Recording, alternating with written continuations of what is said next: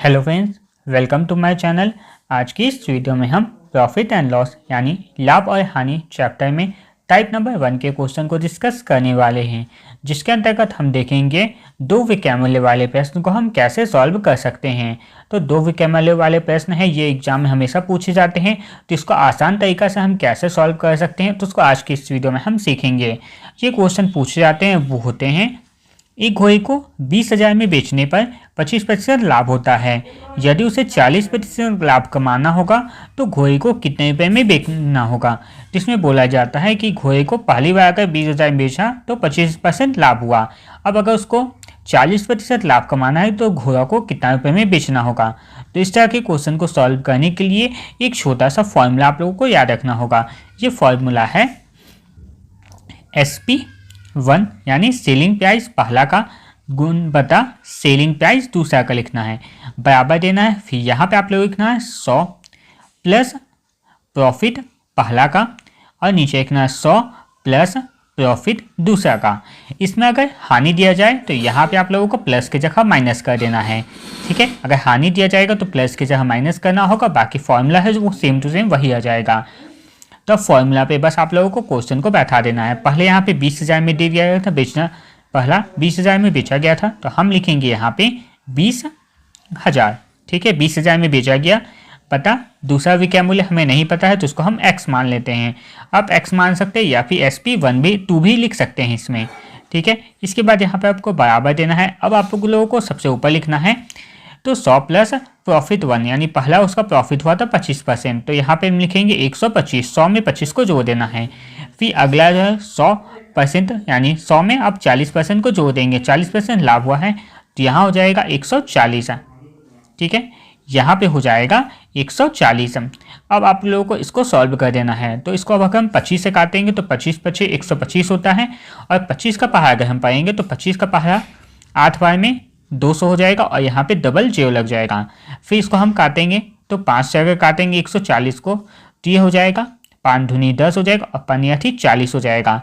अब आप लोगों को ये क्रॉस में इसको गुना कर देना है, तो x का जो मान इसमें आएगा वो होगा 64 हो जाएगा। 64 का 4 लिखेंगे 6 बच जाएगा, 8 दूनी 16 और 4 20 और 2 22 हो जाएगा, यानी यहाँ हो जाएगा 22 और ये डबल जीरो हो जाएगा, यानी यही इसका आंसर हो जाएगा। आंसर हो जाएगा 22,400, जो ऑप्शन नंबर इसका डी है वो सही हो जाएगा। तो इस तरह दो विक्रय मूल्य वाले प्रश्न को हम सॉल्व कर सकते हैं। आइए एक और क्वेश्चन को सॉल्व करते हैं ताकि आपका कॉन्सेप्ट हो वो अच्छा से डेवलप हो सके। अगला क्वेश्चन इसमें है वो है, एक व्यक्ति ने अपनी गाड़ी 35% लाभ पर 15,000 में बेचा और वह उसे कितने रुपए में बेचता कि उसे 10% की हानि होती है, ठीक है। इसमें दिया गया है पहले 35% का लाभ हुआ, अब उसको 10% का हानि होगा तो उसको कितना रुपए में बेचना होगा। तो इसको भी सॉल्व करने के लिए हम उसी फॉर्मूले का उपयोग करेंगे। फॉर्मूला इसमें हो जाएगा वो होगा SP विक्रय मूल्य पहला का बटा विक्रय मूल्य दूसरा, बराबर लिखेंगे।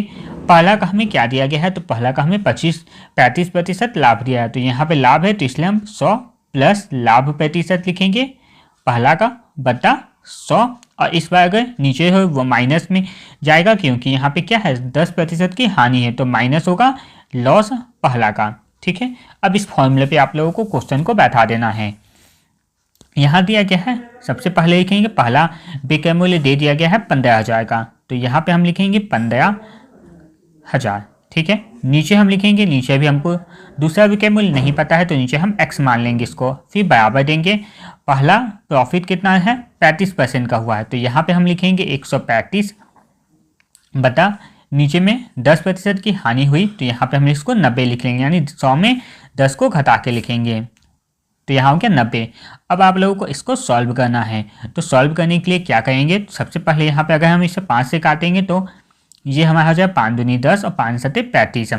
15 को काटेंगे तो 5 या 15 हो जाएगा और 3 जो है तो 3 जीरो लगा देंगे। उसके बाद फिर ये कटेगा तो 9 एकम 9 हो जाएगा, यहाँ 10 हो गया और 9 तिया ये हो गया 27। 3 से फिर ये सामने कट जाएगा तो ये हो जाएगा 3 एकम 3 और 1 2 3 जीरो आ जाएगा।